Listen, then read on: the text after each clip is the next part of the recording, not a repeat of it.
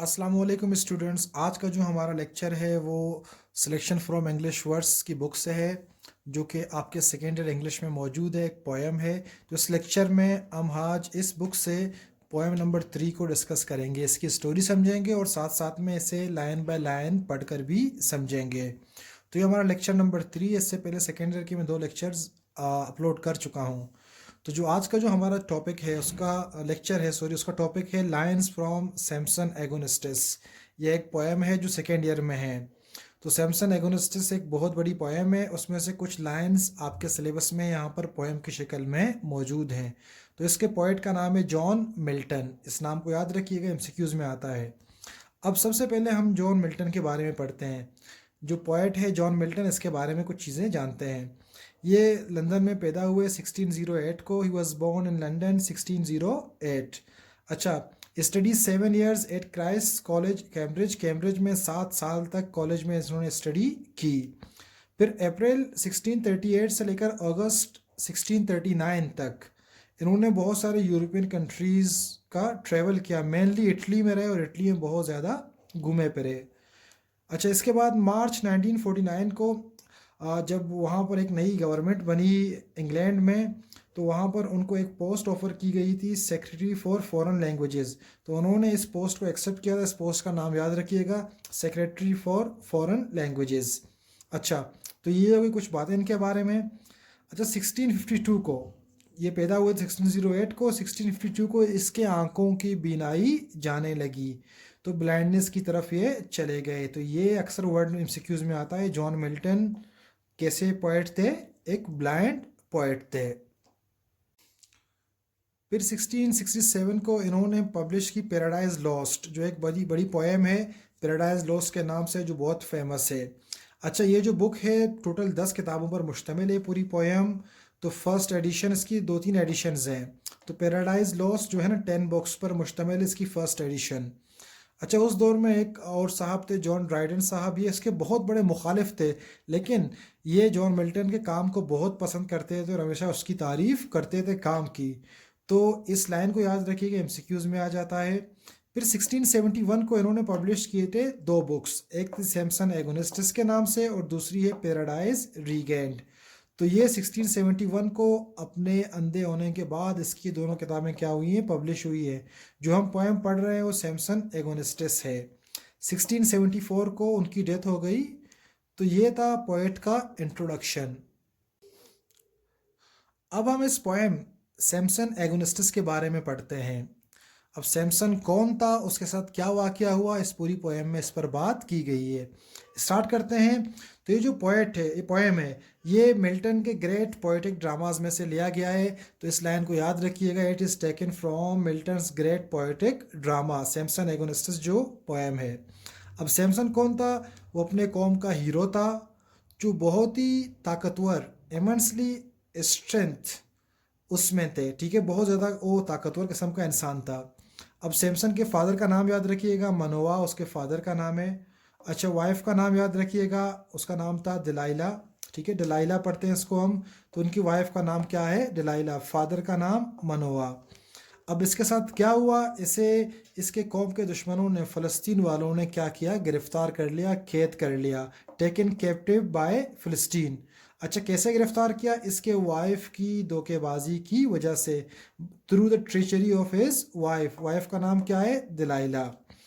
अच्छा, kills the Palestine leaders. अच्छा, इसने एक फीस्ट के दौरान फ़लस्तीन के सारे लीडर्स को मार दिया जो इसकी कौम के दुश्मन थे। अच्छा, वो फीस्ट कहाँ हो रही थी? गज़ा में हो रही थी। कैसे मारा उन्होंने? एक टेंपल था, उस टेंपल के रूफ को उसने गिरा दिया, जो 2 बहुत बड़े पिलर्स पर कायम था। तो इस तरीके से उसने अपनी बहादुरी और अपनी ताकत का इस्तेमाल करके अपने दुश्मनों को, फ़लस्तीनियों को शिकस्त दी। तो वापस से पढ़ते हैं। किल द फिलिस्तीन leaders, broad down roof of temple. एक टेम्पल का बहुत बड़ा रूफ था जो 2 पिलर्स पर था, उसे नीचे गिराया। किस जगह पर? गजा में। अच्छा, एक पॉइंट और जो आपको बताना भूल गया था, जो पोएम है ब्लैंक वर्ड्स में है, कि इसे भी याद रखिए, एमसीक्यूज में आता है कि सैमसन एगोनिस्टिस कंपोज किस तरीके से हुआ है। तो ब्लैंक वर्ड्स में ये कंपोज हुआ है। अब चलते हैं इस पोएम को लाइन बाय लाइन पढ़ते हैं बुक से। Lines from Samson Agonistes by John Milton. अच्छा, ये कुछ चीज़ें लिखी गई जो मैंने आपको वहाँ पर उस पेज में इससे पहले समझा दिया। अब डायरेक्ट हम पोएम पर आते हैं।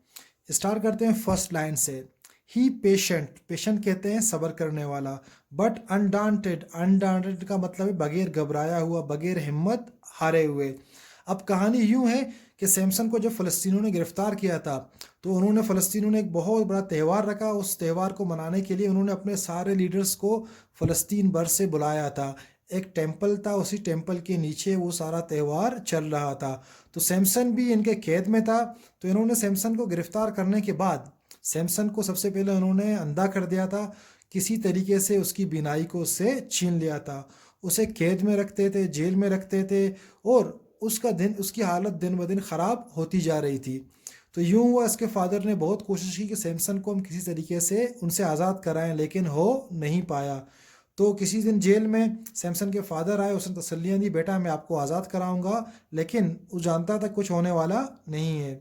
फिर उसके दोस्त आए जो उसके कबीले वाले, उन्होंने वहाँ पर गीत गाए ताकि सैमसन की हौसला अफजाई हो सके। तो फिर तमाम वाक़यात होने के बाद एक दिन फीस्ट में सैमसन को लाया गया ताकि सैमसन अपने करतब दिखा सके। तो सैमसन को यहाँ पर फिर मौका मिल जाता है अपने दुश्मन फ़लस्तीनियों से बदला लेने का। तो स्टार्ट करते हैं। ही पेशेंट, सैमसन को जब लेकर आ रहे थे तो वो साबिर था, सब्र करने वाला, घबराया हुआ नहीं। But undaunted where they led him, वो उसे लेकर आ गए। केम टू द प्लेस, उस जगह लेकर आ गए। And what was set before him, जो कि पहले से वहाँ पर लोग मौजूद थे, सारे अरेंजमेंट हो चुके हैं, सैमसन को वहीं पर लेकर आ गए। Without help of I might be assessed, जिसको हम देख सकते थे, परख सकते थे।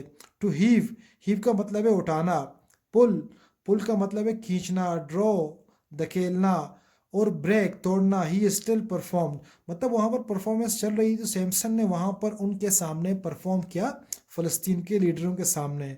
All with incredible stupendous force, incredible कहते हैं नाकाबिले यकीन, स्टुपेंडस कहते हैं बहुत अजीम।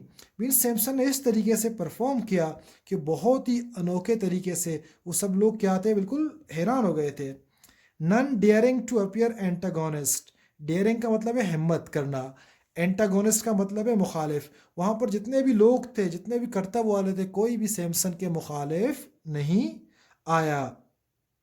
Eight length of intermission sake they led him, फिर प्रोग्राम में इंटरमिशन आया, वो सैमसन को वहाँ पर ले जाने लगे। बिटवीन द पिलर्स, दो बहुत बड़े पिलर्स थे, उन पिलर्स के दरमियान। ही इज़ गाइड रिक्वेस्टेड, उसने अपने गाइड से एक रिक्वेस्ट की। For so from such as nearer stood we heard, हम सुनते हैं कि उन दोनों पिलर्स के बराबर में एक नज़दीकी सैमसन खड़ा था। एज ओवर टायर्ड, मैं थक चुका हूँ। To let him lean a while, मुझे कुछ लम्हे के लिए यहाँ पर आराम करने दो, थोड़ा सा मैं यहाँ पर बैठ जाऊँ। With both his arms on those two massy pillars, massy का मतलब है बहुत बड़ा। फिर सैमसन ने उनसे कहा कि मुझे आराम करने दें। उसी वक्त सैमसन ने महसूस किया दो बहुत बड़े पिलर्स उसके पास मौजूद हैं। That to the arched roof gave main support, और वो जो गुंबद नुमा छत थी वो उन दोनों पिलर्स पर क्या थी, मौजूद थी। मीन सपोर्ट वो दोनों पिलर्स ही कर रहे थे। ही अनसस्पिशियस लेड हिम, वो बंदा उसे बगैर शक के वहाँ लेकर गया। विच when Samson felt in his arms, फिर सैमसन ने अपने दोनों हाथों में उन पिलर्स को महसूस किया, हाथ लगाया।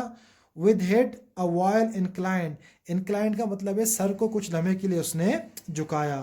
एंड आईज फास्ट फिक्स्ड, बिल्कुल फोकस रहा। ही स्टूड, वहीं पर खड़ा था।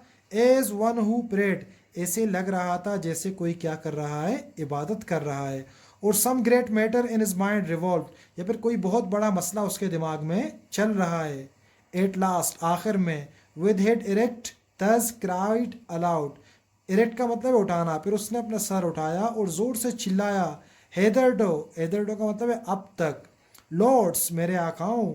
वट योर कमांड्स इम्पोज, आप लोग जो मुझ पर हुक्म करते रहे। आई हैव परफॉर्म्ड, मैं परफॉर्म करता रहा। एज रीज़न वॉज, क्यों, ओबेइंग, क्योंकि मैं आप लोगों के हुक्म की तामील कर रहा था। नॉट विदाउट वंडर और डिलाइट बिहेल्ड, वंडर कहते हैं हैरानगी से, डिलाइट कहते हैं खुशी से।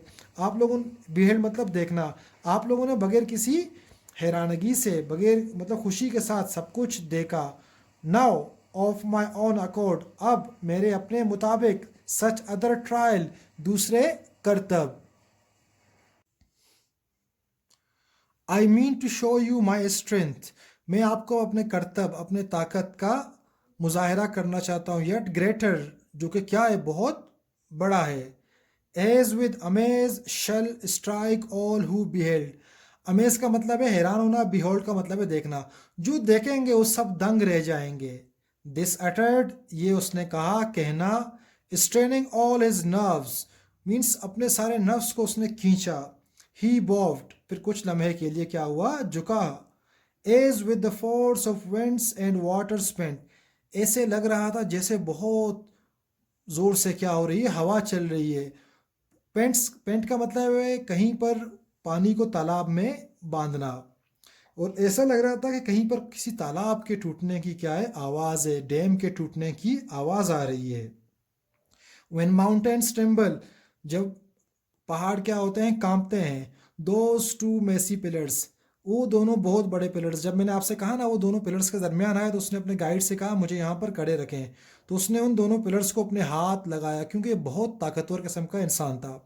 With horrible convulsions to and fro, उसने उन दोनों पिलर्स को जिगजैग में या फिर धकेलना, खींचना शुरू कर दिया। ही टग्ड, उसने उठाया। ही शुक, उनको हिलाया। टिल डाउन दे केम, जब तक वो दोनों पिलर्स क्या हो गए, बीच से टूट गए।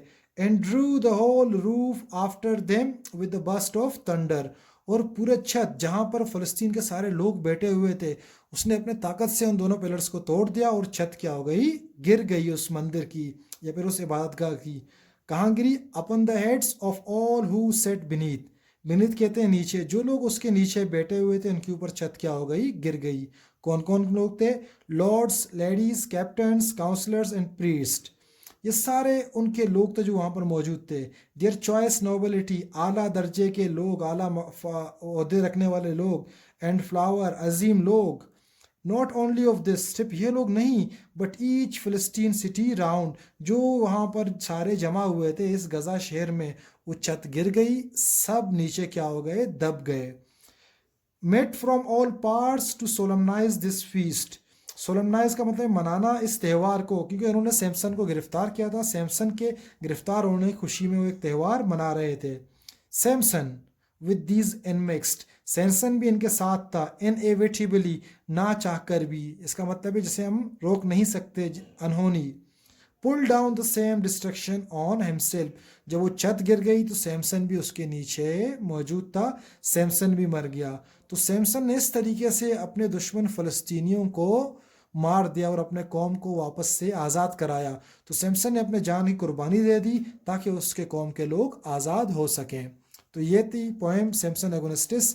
अगर इसमें से कोई वर्ड, कोई लाइन आपको समझ में ना आई हो तो आप प्लीज़ हमें कमेंट बॉक्स में बता दीजिएगा, तो हम आपको उसका जवाब दे देंगे। अपना ख्याल रखिएगा। अल्लाह हाफिज़।